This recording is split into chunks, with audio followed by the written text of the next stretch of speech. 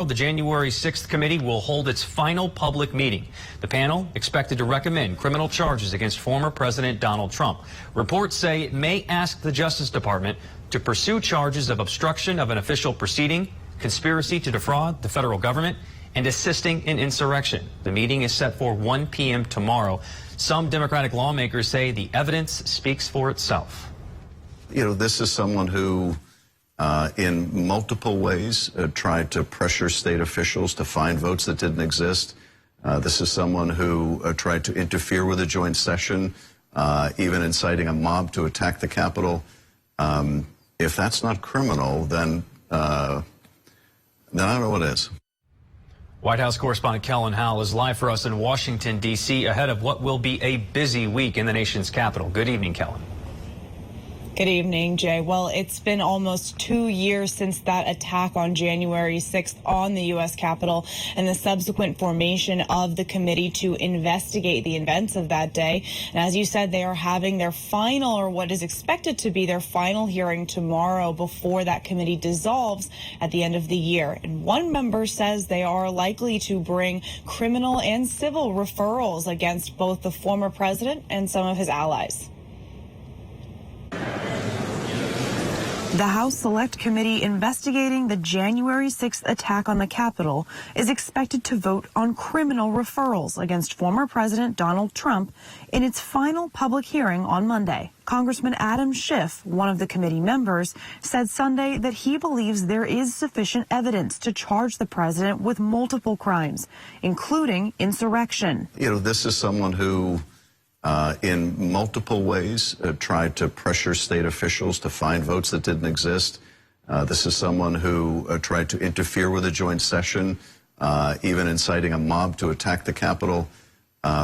If that's not criminal, then I don't know what is. Referrals against Trump are expected to be included in a letter to the Justice Department, asking it to prosecute the former president and key allies. Committee Chair Benny Thompson said the referrals may include criminal, ethics violations, legal misconduct, and campaign finance violations. However, a criminal referral does not compel the Justice Department to prosecute. The January 6th committee may also take actions against Republican lawmakers who refuse to testify or provide evidence in the probe.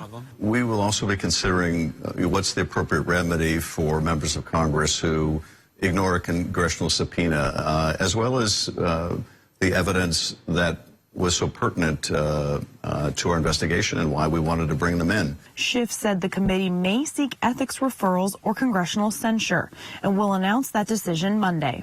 House Republican leader Kevin McCarthy, as well as GOP Congressman Jim Jordan of Ohio, Scott Perry of Pennsylvania, Andy Biggs of Arizona, and Mo Brooks of Alabama have all refused to comply with subpoenas in the investigation. Lawmakers have said the committee will preview its final report during the hearing, which is expected to be released Wednesday. It's unclear whether the Justice Department will take up any criminal charges against the former president while he's actively seeking re-election in 2024. The report and referrals come as the former president is facing other investigations into his handling of classified documents and for pressuring Georgia election officials to find, quote, missing votes.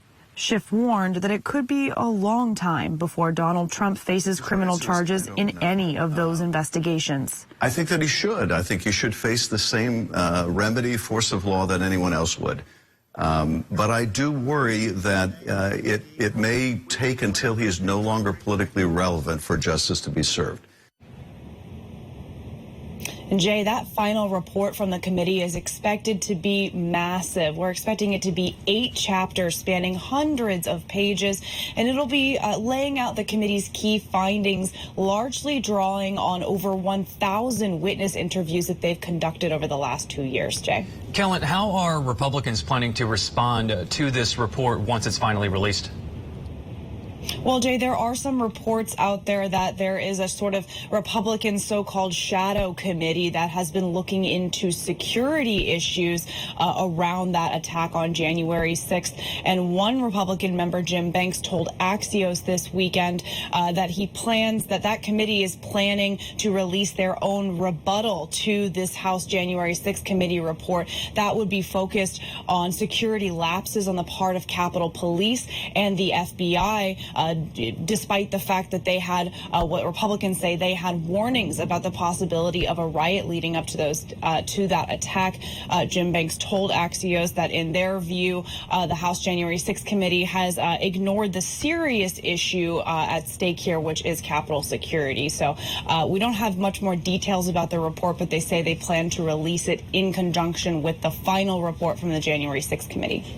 Yeah, still a lot of eyes on that report for sure. White House correspondent Kellen Howell in D.C. for us tonight. Thanks, Kellen.